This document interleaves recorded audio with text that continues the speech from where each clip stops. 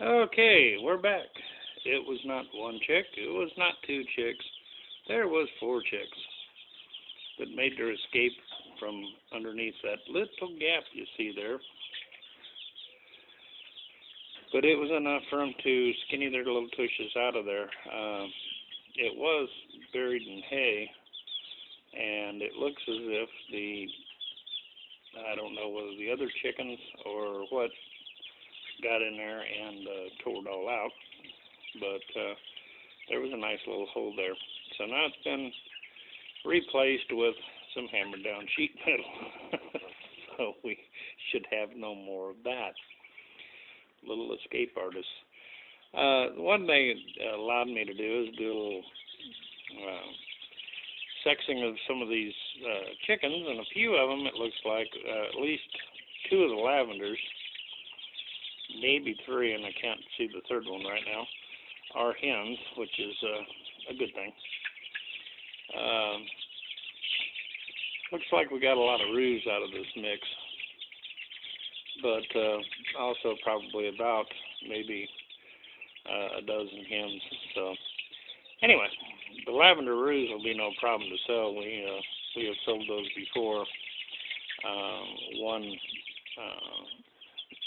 we had bought a straight run of I think it was 16 of the lavenders, and out of the 16, 4 of them were roos. So they sell very quickly. Although you do have to, you have to feed them and bring them up, so all that kind of fun stuff. But yeah, like I said, gave me an opportunity to take a look at a few of these, and while chasing them all over the barn and trying to trap them. But yeah, it looks like we've got at least a couple of the lavenders turned out to be hens. This hatch I've got going on right now is mainly lavender Orpington eggs. So they're either the lavenders or the buffs. So hopefully we will get some more lavender hens out of that. Because that is really where we're wanting to do a little more purebred breeding, is in the lavenders. And then the good news is we do have some Australorp roos, which I was needing. So that's good. And then we got some of the Black Star hens, which is another good one. We don't need any Black Star roosters. We have Captain Jack, and he's more than capable of handling a lot more birds than he's got. So, matter of fact, it might keep him and Henry out of a fight, hopefully. But anyway, that's it for these guys. They made for an interesting morning. To the extent the cows even got bored with me and left. Let me not try to make you too dizzy. We'll walk down here and introduce you to this little group as they'll begin to scatter. Okay. There we have about, let's see, I think we got a dozen Americanas in there. 6 of them are supposed to be pullets. The other 6 was out of a straight run. They're little bitty guys. But they're not having any problems adapting, so that's a good thing. So I think that's going to be our stock of Americanas, and hopefully they'll do okay. And of course the rescue chicks, they're doing splendidly, enjoying their perch and so forth. But yeah, they're doing real well. Got the light kind of hung low for the little guys because it's been cool in the evenings. So they're doing real well, eating like little pigs. But looking forward to getting these guys feathered out, and by then we should move the bigger birds into the pen and leave pull the tractor out and just move this cage into the pen until they get real accustomed to each other, then turn them all loose together for a while. And let them do a little growing and scratching and getting outside and things of this nature. So it ought to make it kind of interesting. But that's what we got going on as far as chickens. They were a lot of fun this morning. There is just too many spots for a little chick to run and to hide from you in a in a barn like this. Really made it kind of fascinating. But you know, it was an adventure. I did get.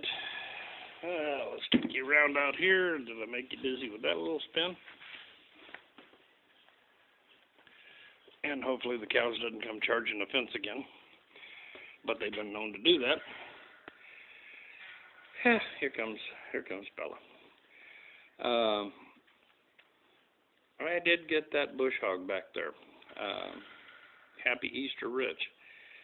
The weather was perfect. The field was dry enough, and so I broke out the little tractor and the bush hog, and got back there and got that cut out so I could get the grass growing. Where I'd bush hogged it earlier, we had a real good stand of grass come up, and it looked pretty good. Bella, there still isn't any feed in here for you, and won't be till tonight. So you're wasting calories, kid. Anyway, once I get some more weather, I'm going to go over and get after this other side over here and get that finished up. And we should be ready for spring at that point. And then probably the end of May, we'll do a first cut for hay. And then again at the end of the season, we'll do a second cut. And hopefully we'll have pastures back come next spring. Like I said, stockpiling grass, that was a screw up. Winds that came through here actually got my gates banging around so hard the other day that it snapped off a bottom hinge, and I've got to get out there today and get that gate rehung because I have no way to close off that pasture. So, and until I can close off that pasture, I can't wean that calf that's hanging all over Maud, but she really needs it off of her, because you know, he's just too big to be still nursing. I am kicking around the idea of trying those nose clips. I've read a lot about them and looked at them, and I think they would work. If they can't get a nipple in their mouth, they'll eventually give up. I may try that, because that way I could leave these folks together, and then when we move the main, the herd back down, we can just run those two up into the herd, and life will be good. But you know, my biggest thing is getting that cow off of getting that little calf off of little calf. Lord, that cow would probably go 700-800 pounds at this point. But get it off of that girl there so that she can get on some more weight. And she has been putting on weight since we had grass spring up. You know, that's what I was laughing about. They were carrying on like they were starving to death. And they have had plenty of hay. So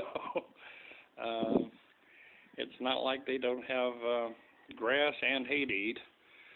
They've just developed a real liking for the feed, and they think that they deserve it every time they move. Which brought us to the fun and games we had with them first thing this morning. But anyway, yeah, some final trimming up we got to do and things of this nature to kind of get ready for spring. Next week, I'm really hoping that we have the weather for it, because right now we had a lot of rain and we're just sloppy in mud. Until that dries out, I can't get my garden turned and start getting my stuff in the ground. And next week is the week for that. So it's a busy time down here right now. Spring always is. Spring and summer, it keeps kind of jumping, and then of course you have your harvest in the fall, and then in the winter time you're fixing stuff that broke during the spring, summer, and fall. But yeah, it's nonstop, folks. And for you folks that are looking to become homesteaders, understand if you're talking becoming self-sufficient, you're talking about this is a little bit more than a hobby. Self-sufficient would mean you're going to be at it doing it, and taking care of your family off of it, and that's a big job. Oh, speaking of that, I want to give you a quick update. I got the email back from the gentleman that I ranted at. If you haven't seen that video, stop by. I kind of went off on the guy a little bit, and I guess it took him a while to settle down, and I hope he's watching this. I'm glad that he took the information to heart and understood that I had his best interest in mind when I gave him that information. He finally accepted the fact that, yeah, it's his responsibility, and nobody's going to do it for him, and he's going to have to roll up his sleeves and just get it done. And he says he's making his plans of projects 1, 2, and 3 to get accomplished, and going to get after them. So I'm really happy for him. I'm glad to see that he decided that's the way to go. Anyway, this thing's getting a little bit long, and so I'm going to call this my barn chat for today, since my chat time was spent mainly chasing chicks around like an idiot. Brother. Anyway, I hope this finds you having an absolutely wonderful day. It's beautiful down here. It's in the 70s and sunshine, and we're then headed back into rain. But right now it's a beautiful day, and I hope that's what you're having, is an absolutely beautiful day. This is Rich from Tennessee Homestead. Take care.